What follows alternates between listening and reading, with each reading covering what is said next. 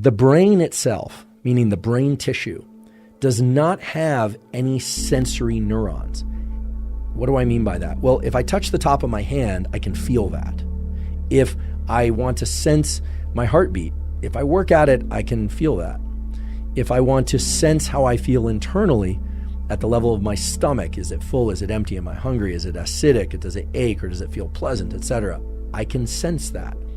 And that's because we have sensory neurons on our skin and in our body, etc. We also have sensory neurons in our eyes that let us perceive things externally. We have no sensory neurons on our brain. This is one of the reasons why you can remove the skull and do brain surgery on somebody who's wide awake and be poking around in there, and they don't need any anesthetic on the brain itself. They need anesthetic for the incision site, but they don't need anesthetic on the brain because it has no feeling. You have emotions, but there's no feeling. So normally we are perceiving and paying attention to what we are sensing, either externally, sights and sounds, again, exteroception, or internally, interoception, touch, etc. But by focusing our perception and our attention not on our bodily surface like a body scan, but to a point a couple centimeters or inches behind our forehead, we essentially are bringing that attentional, that perceptual spotlight to a location in which there is no sensation. There's nothing to feel there.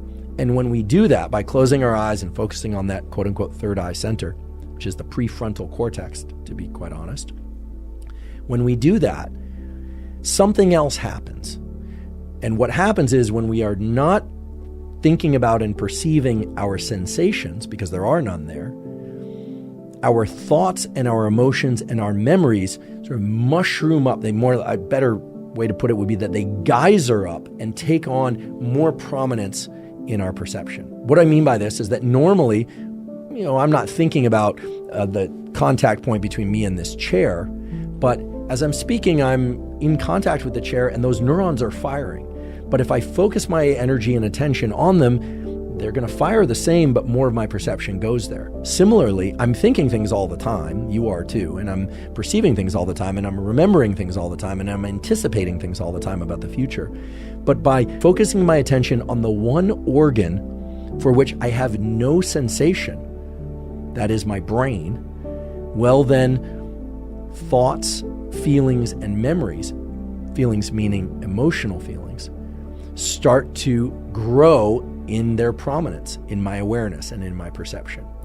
And so this is why when you sit down to a meditative practice, if it's a meditative practice where you close your eyes or you're focused on that third eye center, where you're focused on your brain as opposed to your bodily surface or something external to you, the thoughts seem to come by in waves and they can almost be overwhelming. It's very hard to, as it's often described, just sit back and watch your thoughts go by because there are so many of them. Actually, the best way to stop thinking is to really focus on something external or to focus on sensation.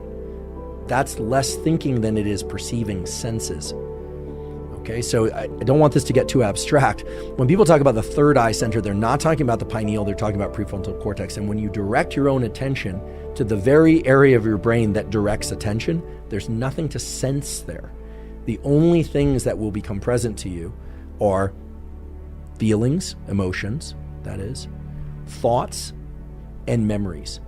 And they will often arrive in what seems to be a very disorganized fashion. And the reason they arrive in somewhat disorganized fashion is because normally we just don't perceive things that way. Normally we are splitting our attention, our perception that is, to multiple things, our sensation and our thoughts.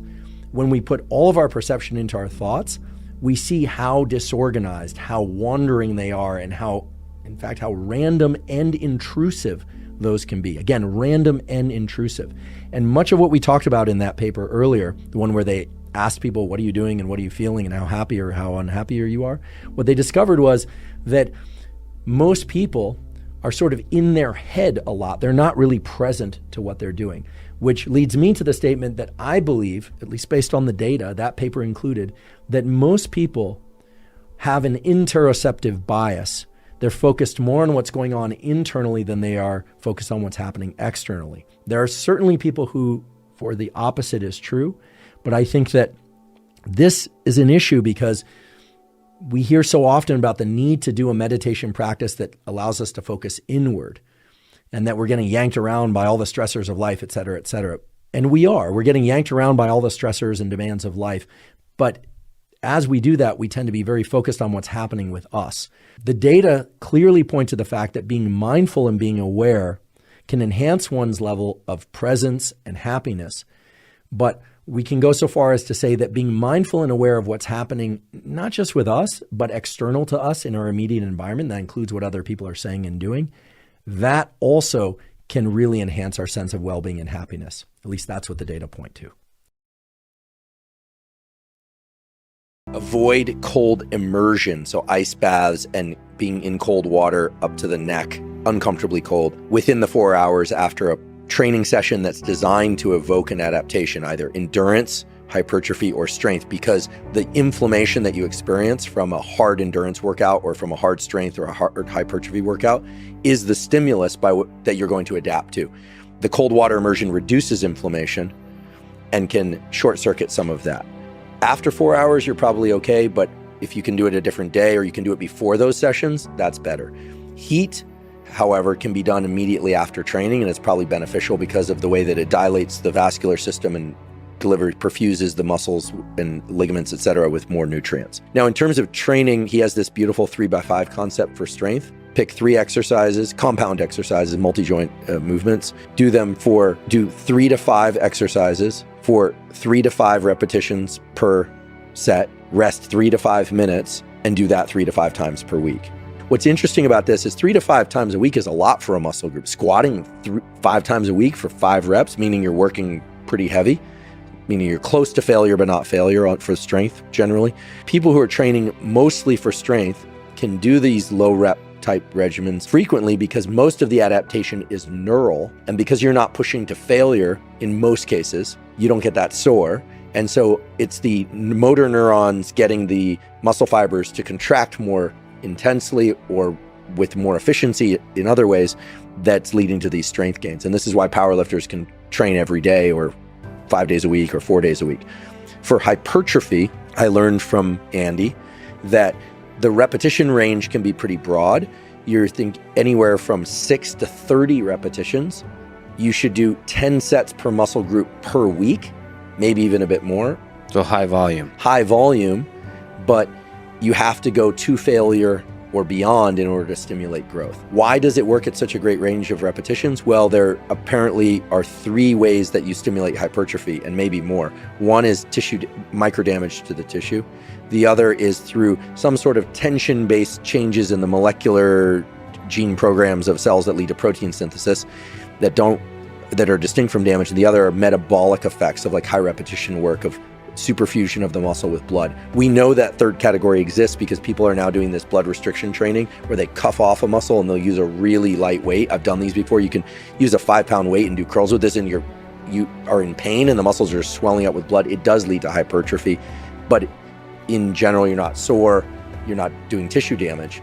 And by the way, don't just tourniquet off a muscle because you have to use the proper cuffs because you need the blood still to flow in one direction. You can't just cinch it off, or you'll potentially kill yourself if you get a clot or you do it wrong.